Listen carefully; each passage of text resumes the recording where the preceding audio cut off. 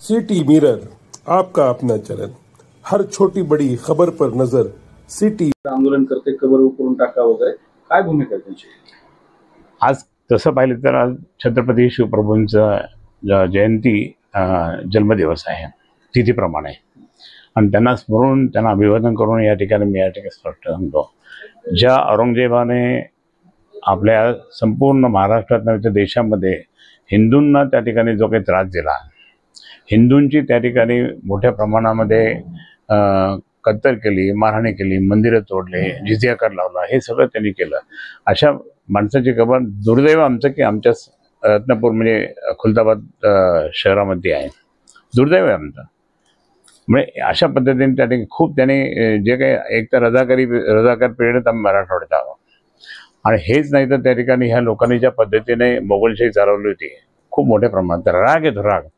म्हणून शिवसेना प्रमुख माननीय बाळासाहेब ठाकरे यांनी सांगितलं होतं, ज्या छत्रपती संभाजी महाराजांना याने हाल करून त्रास दिला आणि मृत्यूदंड टाईप दिला त्याने, मग या संभाजीनगर शहरामध्ये ते 4 महिने या ठिकाणी त्यांना कैद केलं होतं सोनेरी महालमध्ये संभाजी महाराजांना.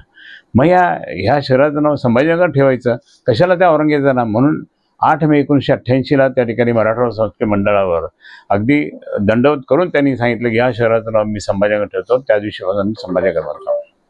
बाकीचे कोणी म्हणत नव्हते. आम्ही मात्र शेवटपर्यंत कोणत्याही शिवसैनिक त्या ठिकाणी संभाजीनगरच म्हणायचा. मी तर त्या ठिकाणी त्या दिवशीपासून लोकसभा, विधानसभा, राज्यसभा सगळीकडे त्या ठिकाणी आम्ही संभाजीनगर म्हणायचो.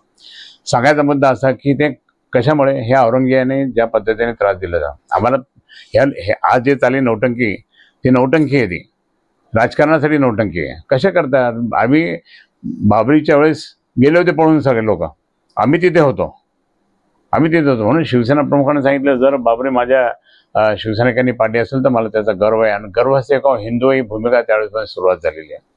आज मात्र या ठिकाणी उगाच काहीतरी राजकारणाचा दृष्टिकोन करून वातावरण बदललेलं आहे. आज आमच्या संभाजीनगरमध्ये म्हणजे कुठे कोकणात आंदोलन होतं, कुठे इकडं होतं, पण आमच्या संभाजीनगरची जनता त्या ठिकाणी भयभीत झालेली आहे. आणि त्यामध्ये हे काय चाललं, कारण तिथे दुर्दैवाने आमच्या इथे त्या ठिकाणी रत्नापूरला म्हणजे खुलताबादला त्या ठिकाणी त्याची कबर असल्यामुळे आम्हाला तो त्रास कशाला? म्हणजे बाजूलाच भद्रामारुतीचं मंदिर खूप मोठं मंदिर आहे, लाखो भक्त येतात. आता 12 एप्रिलला त्या ठिकाणी खूप मोठी यात्रा, म्हणजे पायी लोक 10 लाख लोक पायी येतात. सगळ्या महाराष्ट्रातून 10 लाख लोक पायी येतात. ते कसं काय होईल? ते कालच आता मी आमचे प्रतिनिधी त्यांना मी विनंती केली, चला तुम्ही पहा.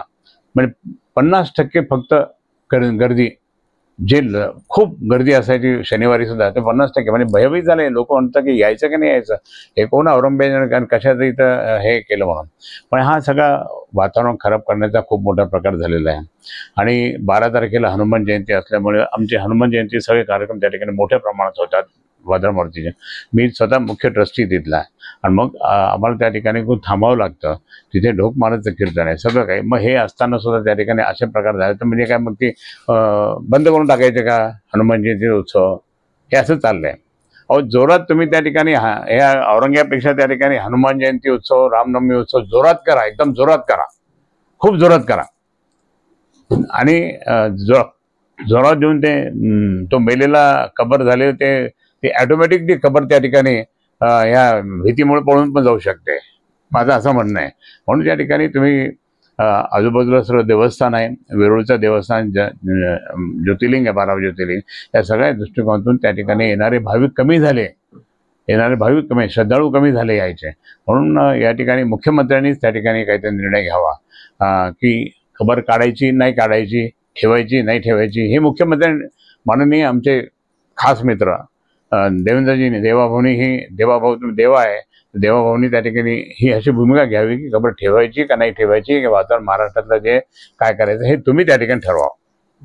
तुम्ही म्हटलं होतं की बाबरी मस्जिद, अरे सुंदरसिंग भंडारी काय म्हटले होते, आम्हाला एक बी आदमी नाही बोलली तर हे शिवसेनावाले आहे. मग शिवसेना प्रमुखांनी सांगितलं की माझे जर शिवसैनिक त्या ठिकाणी असतील, त्यांनी जर हे केलं, कृत्य केलं असेल तर मला त्यांचा अभिमान आहे, हे असे म्हटले होते. आणि मग तिथून सुरुवात झाली. गर्वसंगम हिंदू आहे. भाजपवाले पळून गेले होते? नाही, तिला कोणीच नव्हतं. सुंदरसिंग भंडारी बोलले ना, सिंगल साहेब बोलले, हमारा कोई आदमी नहीं वहाँ.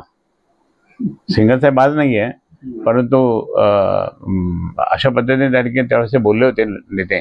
पण माननीय बाळासाहेबांनी खमठोकपणे सांगितलं होतं.